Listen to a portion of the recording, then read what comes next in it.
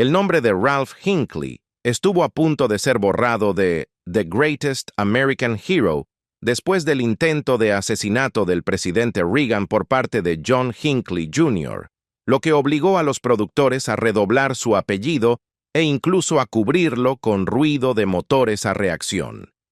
¿Y el extraño emblema de su traje rojo? Nada de alienígena ni antiguo, era simplemente un par de tijeras volteadas boca abajo que estaban sobre el escritorio de Stephen J. Cannell.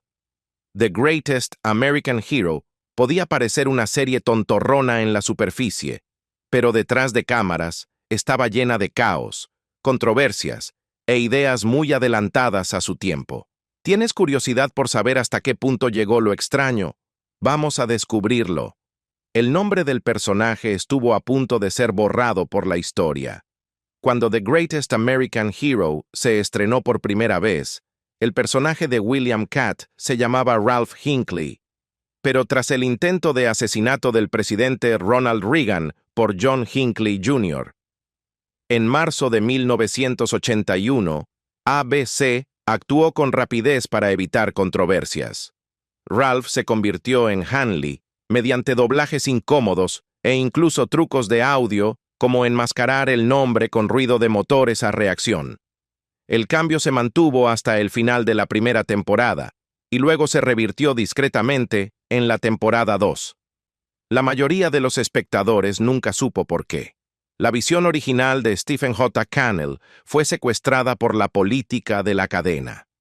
Cannell había presentado la serie como una mirada humana y realista sobre los superpoderes, donde el verdadero reto no era derrotar villanos, sino lidiar con los problemas cotidianos con empatía y humor.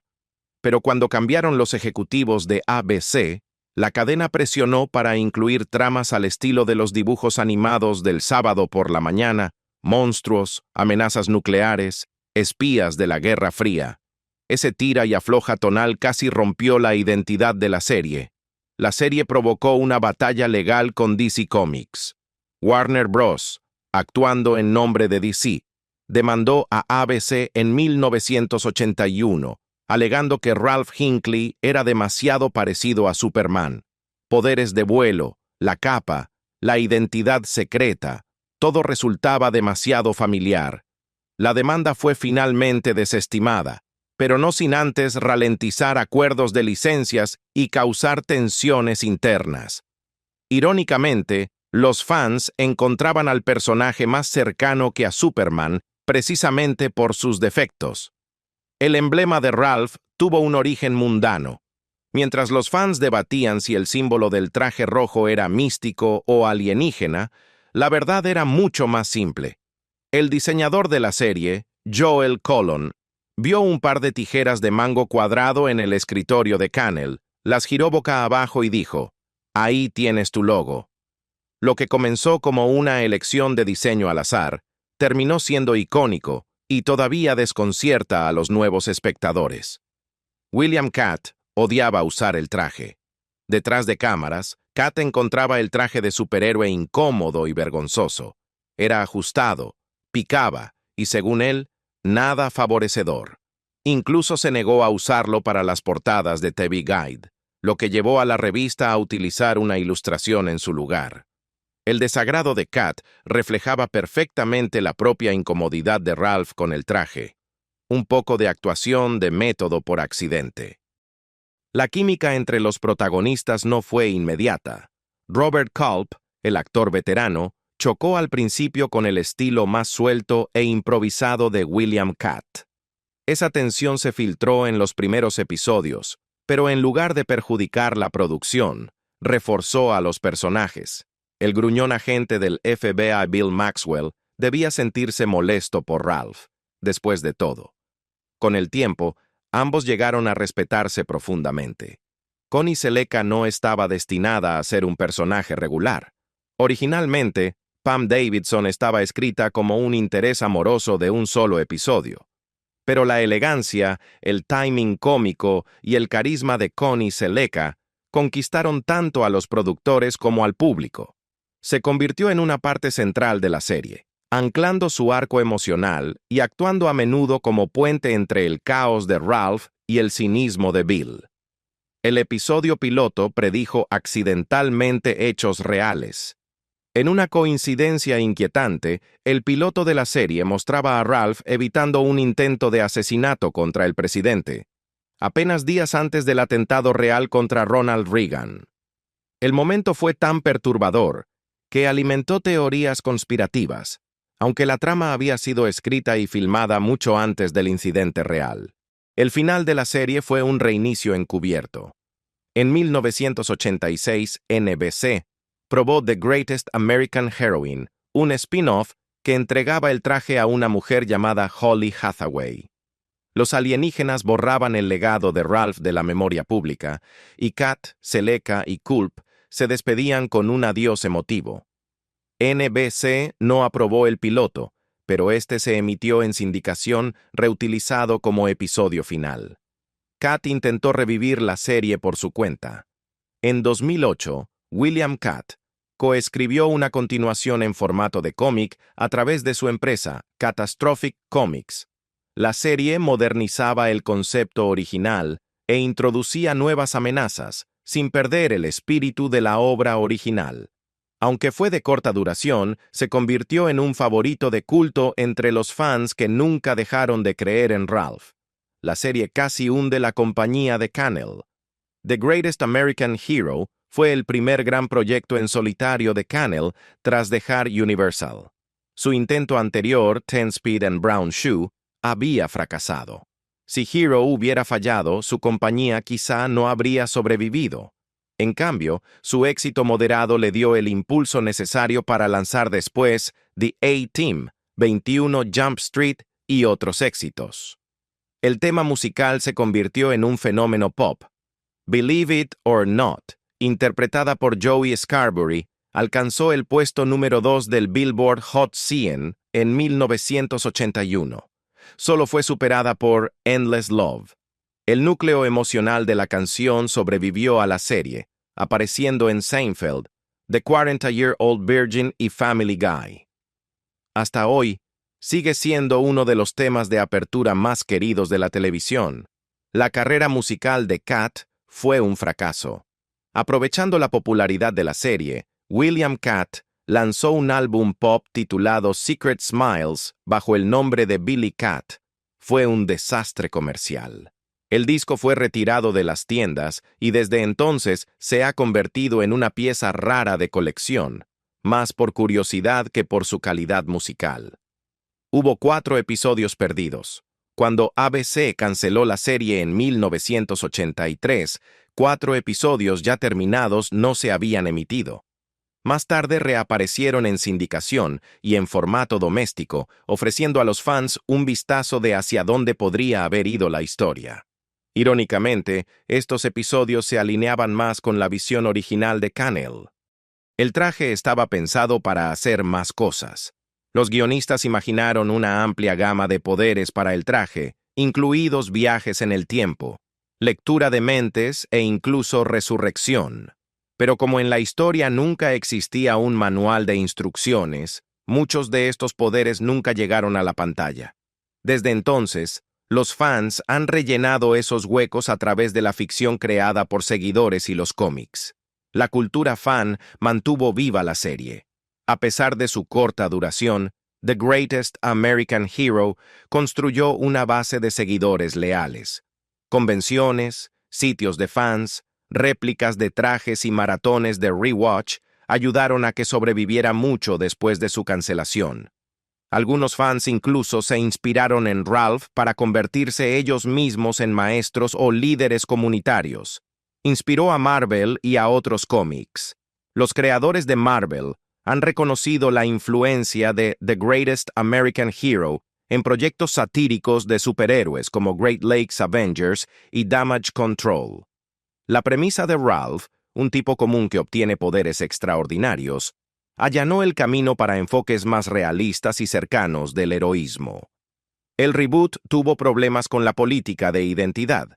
Cuando ABC dio luz verde a un reinicio con una protagonista femenina indo-estadounidense, marcó un paso progresista.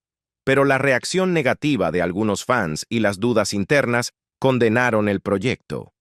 El piloto se filmó, pero quedó archivado, reflejando la incertidumbre de la industria a la hora de reinventar propiedades de culto. Cannell coló temas personales en la serie. Cannell, que luchó contra la dislexia, se identificaba profundamente con la idea de un héroe imperfecto. La incapacidad de Ralph para dominar el traje era metafórica. Reflejaba cómo algunas personas se sienten alienadas por sistemas que no terminan de comprender. En muchos sentidos, era una serie sobre no encajar. Robert Culp se apegó emocionalmente a Bill Maxwell. Culp no solo actuó, sino que también escribió y dirigió episodios. Incluso rechazó el papel de J.R. Ewing en Dallas para seguir interpretando a Maxwell. Para él, Maxwell era profundamente defectuoso pero intensamente humano, un hombre aferrado al deber en un mundo que a menudo lo decepcionaba. El manual del traje existió como utilería y desapareció. Hubo un manual de instrucciones real en el set, usado brevemente durante el rodaje. Tras el final de la serie se esfumó. Algunos creen que fue robado, otros que fue destruido. Su ausencia solo alimentó la mitología del heroísmo torpe de Ralph. La serie coqueteó con temas existenciales. Bajo el slapstick y el tono camp, The Greatest American Hero planteó preguntas sobre el destino, la responsabilidad y el carácter aleatorio del poder. Ralph no fue elegido por ser especial. Simplemente estaba ahí. Esa arbitrariedad conectó con espectadores que navegaban sus propias vidas caóticas. La serie se convirtió en una prueba política tipo Rorschach. Algunos fans la vieron como sátira antigubernamental, otros como una historia patriótica. Esa dualidad, intencional o no, le dio una flexibilidad única. Significaba algo distinto para cada espectador. La cadena interfería con la autonomía creativa de Cannell. Stephen J. Cannell describió su experiencia en The Greatest American Hero como una batalla de voluntades. Aunque le prometieron control creativo, terminó negociando constantemente con ejecutivos de ABC que querían más explosiones, moral más simple y villanos claros. Cannell se resistió, intentando mantener la serie anclada en el realismo psicológico y el humor terrenal. Episodios como Plague y The Best Desk Scenario fueron victorias poco comunes, impulsadas por temas de inseguridad, envidia y ambigüedad ética. Pero con el avance de la serie, Cannell se frustró por tener que escribir alrededor de los mandatos de la cadena. Detrás del tono cómico, la serie abordó serios miedos de la Guerra Fría. En el final de la segunda temporada, Lilacs, Mr. Maxwell, Robert Culp escribió y dirigió un episodio sorprendentemente denso sobre un topo del KGB infiltrado en el FBI. El guión estaba cargado de tensión propia de la Guerra Fría y comentarios sutiles sobre la paranoia estadounidense. Fue una de las pocas veces que Hero se volcó plenamente al drama, dando a Culp las riendas creativas para explorar conflictos más profundos y la vulnerabilidad bajo la fachada dura de Maxwell. Robert Culp consideraba la serie redentora. Culp se había hecho famoso con I Spy, pero luego encontró oportunidades limitadas. Interpretar a Bill Maxwell le dio un segundo aire, y lo asumió con seriedad. Veía a Maxwell como un hombre profundamente defectuoso que lidiaba con el cinismo, la lealtad y el paso del tiempo. En entrevistas, Culp dijo una vez: Bill era un hombre que intentaba importar en un mundo que lo estaba dejando atrás. El traje no era para él, pero la causa sí. Hubo conversaciones sobre una adaptación cinematográfica. Durante el boom de superhéroes de principios de los 2000, circularon rumores sobre una película de The Greatest American Hero. Supuestamente se consideró a Adam Sandler y Jim Carrey para el papel principal, con William Katt en un cameo. Se dice que hubo guiones, pero las diferencias creativas y los problemas de derechos enterraron el proyecto. Los fans siguen divididos. Algunos esperan un reboot, otros protegen con celo el encanto del original. La serie abrió camino al mezclar géneros.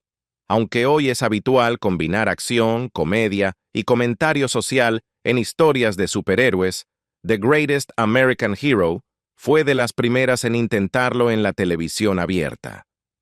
Equilibró secuencias slapstick de vuelo con tramas serias sobre política, educación pública, salud mental y vida familiar. El tono experimental de Cannell a menudo confundía a los ejecutivos, pero sentó las bases para series como Buffy the Vampire Slayer, Chuck y The Umbrella Academy. El manual de instrucciones se volvió un símbolo de la adultez. Cannell dijo en una entrevista que la pérdida del manual no era solo un recurso narrativo, era una metáfora de la vida adulta. A todos nos dan cosas para las que no estamos preparados, afirmó.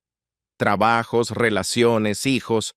No hay manual, improvisas hasta que funciona. Esa idea resonó entonces y sigue resonando hoy. El vuelo de Ralph no debía mejorar. Uno de los gags recurrentes era el vuelo torpe e incontrolable de Ralph, pero detrás de escena, ABC quería que lo dominara. Cannell se negó.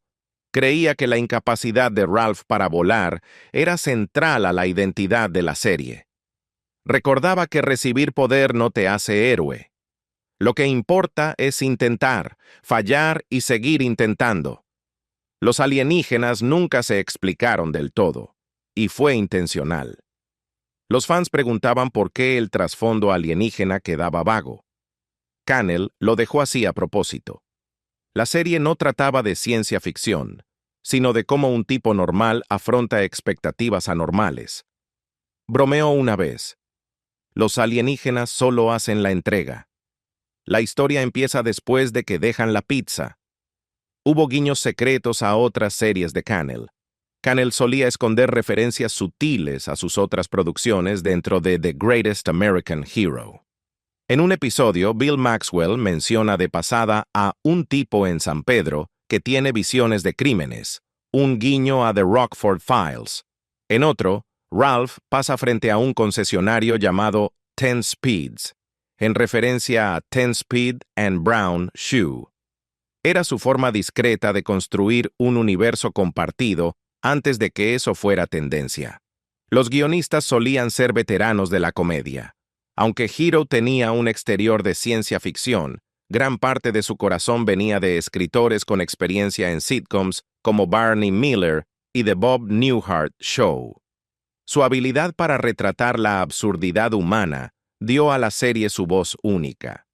Muchos episodios incluían pausas cómicas largas o bucles conversacionales más propios de una comedia laboral que de una serie de superhéroes. La torpeza de Ralph estaba cuidadosamente coreografiada. El coordinador de escenas de riesgo, Terry Leonard, trabajó estrechamente con Kat para coreografiar cada caída. El objetivo era hacer que los accidentes de vuelo de Ralph resultaran graciosos sin que pareciera incompetente. Los choques debían verse caóticos, pero estar completamente controlados, algo nada fácil cuando se trabaja con arneses, colchonetas y calendarios de rodaje ajustados. El característico aleteo lento y las colisiones contra árboles se volvieron tan icónicos que a Leonard le pidieron enseñar la técnica a actores de otros papeles de acción slapstick. A Cannell le ofrecieron un imperio de merchandising, y dijo que no. En 1982, una empresa de juguetes propuso producir en masa figuras de acción con el traje rojo, loncheras y cómics derivados. Cannell lo rechazó. Creía que convertir a Ralph en un juguete socavaría el mensaje de la serie, que el heroísmo es desordenado, humano y real. Mientras otros estudios se subían al tren del merchandising, Cannell protegió la integridad de Hero, aunque eso probablemente le costó millones en ingresos. La serie casi fue reiniciada en 2003, con un giro. Antes de la versión con Hannah Simone en 2018, otro reboot se desarrolló discretamente a principios de los 2000. Esta versión habría seguido al hijo de Ralph, también llamado Ralph, quien heredaba el traje tras la misteriosa desaparición de su padre. William Katt figuraba como productor ejecutivo y había planes para que apareciera en flashbacks. Pero una reestructuración del estudio archivó el proyecto antes de que comenzara el rodaje. Así que ahí lo tienes. 25 datos extraños, sorprendentes y a menudo francamente hilarantes sobre The Greatest American Hero. Una serie que nunca pretendió ser perfecta, y quizá por eso mismo se quedó con nosotros. Ya sea que la hayas visto en su emisión original o la hayas descubierto recientemente en streaming, hay algo atemporal en un héroe que todavía está aprendiendo a volar sobre la marcha. ¿Alguno de estos datos te tomó por sorpresa? ¿Sabías lo del logo de las tijeras? ¿O que Ralph casi fue reemplazado por una mujer en los años 80? Deja tu recuerdo favorito de la serie en los comentarios, dale like si esto te trajo nostalgia y no olvides compartirlo con alguien que todavía tararea Believe It or Not de vez en cuando.